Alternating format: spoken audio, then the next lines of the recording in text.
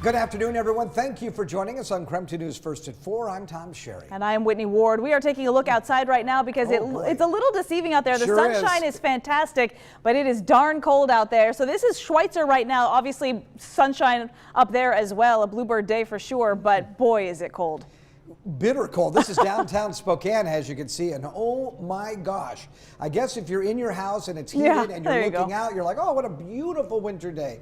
But again, wicked cold weather. Matter of fact, let's just jump right to it. Let's go to the weather headlines, and we'll show you what we're talking about across the area. Are we going to go to, Thomas? Okay, we'll do this instead. We'll go to Thomas Patrick. Thomas, you're out live in the Outdoor Weather Center. You're going to talk more about the dangerous wind chills. Thomas? Yeah, absolutely. Let me fast forward the graphics so that they're in position for you, Tom, because the wind chills obviously is the dangerous part of the weather that we're experiencing right now. And for tonight, it will actually be a little bit colder overall, but not quite as windy. So that still puts our wind chills at around this range, like -5 to -20 or so, depending on how cold and, of course, how windy conditions will be for tonight. So the two biggest concerns, especially for anybody that has to be outside for a long duration of time, is frostbite and hypothermia. Frostbite is when you would get nerve damage in your extremities. So if you're walking around without gloves for more than an hour, it is possible that frostbite would onset in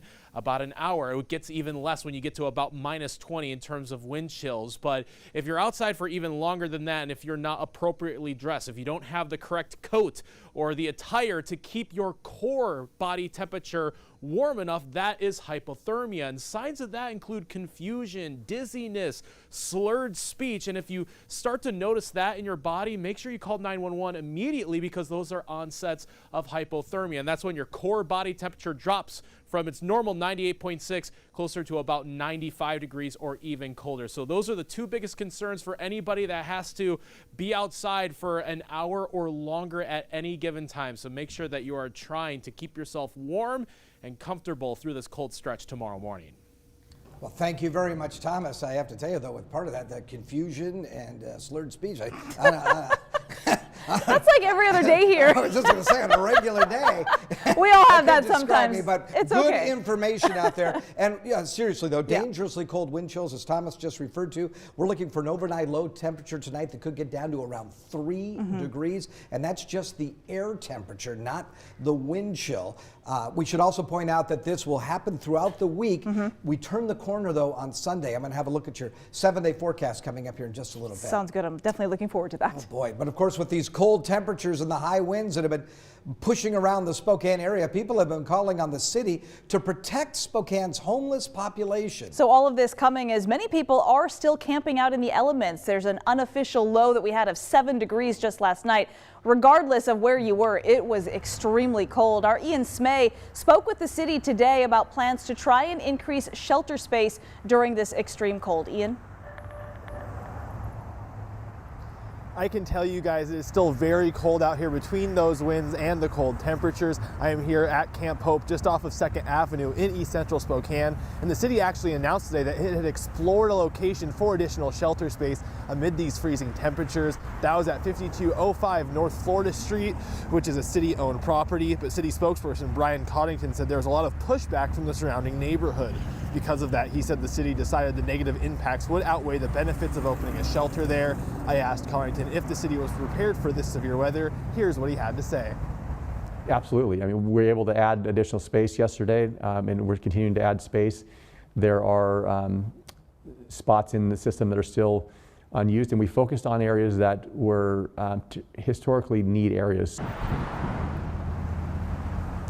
Yesterday, Coddington told us the city had made up to 40 hotel rooms available at the East Train on the Cannon Street shelter in the past few days. Coddington also said Union Gospel Mission has made 12 additional women's beds available, with Volunteers of America adding another 4 women's beds. The Way Out shelter has also added 41 beds to the system. Earlier today, we spoke to a couple who's been bringing supplies to those camping here at Camp Hope. We'll have their story tonight at 5. For now, reporting in East Central Spokane, Ian Smay, KREM 2 News. All right, Ian, thank you very much. And today's freezing temperatures continuing to challenge drivers around Spokane and the surrounding areas, including those outlying county roads. KREM 2's Janelle Finch tells us more, and she's live with us to talk about how the plow crews have to adapt in this extreme cold. Janelle. Hey guys, yeah, it is no secret that it's a lengthy process from when the snow just starts to fall to navigating snow-covered streets to finally getting to see pavement again. According to the Washington State Department of Transportation, plows were sent out today with sand as opposed to salt. Salt works best in temperatures above 15 to 20 degrees, but with the chilly morning hours we saw today, crews needed something with a little more effectiveness. According to Washington State Patrol, 60 accidents happened yesterday. Today, State Patrol only reported 5 accidents, but drivers still struggled getting around Spokane streets. Hills and shaded streets are still covered with compacted snow and ice. The extreme cold had plows needing to change how they typically treat roads. But even with more durable materials, heavy traffic areas can take a bit longer to clear off. We do have some areas that we have steep hills, and especially when that snow lands during kind of a commuter time. So yesterday morning, it was kind of at the beginning of everyone's commute. And so once that snow lands and gets, compacted onto the pavement, and then when it's this cold, it's really hard to get it off. In the meantime, the city says crews will continue to operate 20 hours a day and monitor streets hourly. By afternoon yesterday, most main areas were clear. She says traveling on hills outside of city limits may require drivers to change their commutes as the snow and colder temperatures stick around. I also spoke with the communications manager for WashDOT East, who told me about choosing sand over salt. He says that while sand doesn't get rid of the ice, it does help add traction. To keep those materials working at their max potential, he says it's best to give those plows room to lay down the material and allow it time to also stick to the ground. That's how it's going to be most effective. From the Storm Tracker, Janelle Finch, KREM 2 News.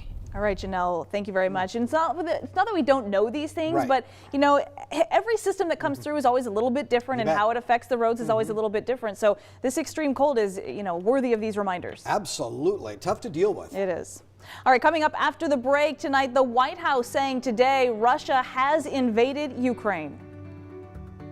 The United States, together with our allies, will defend every inch of NATO territory and abide by the commitments we made to NATO.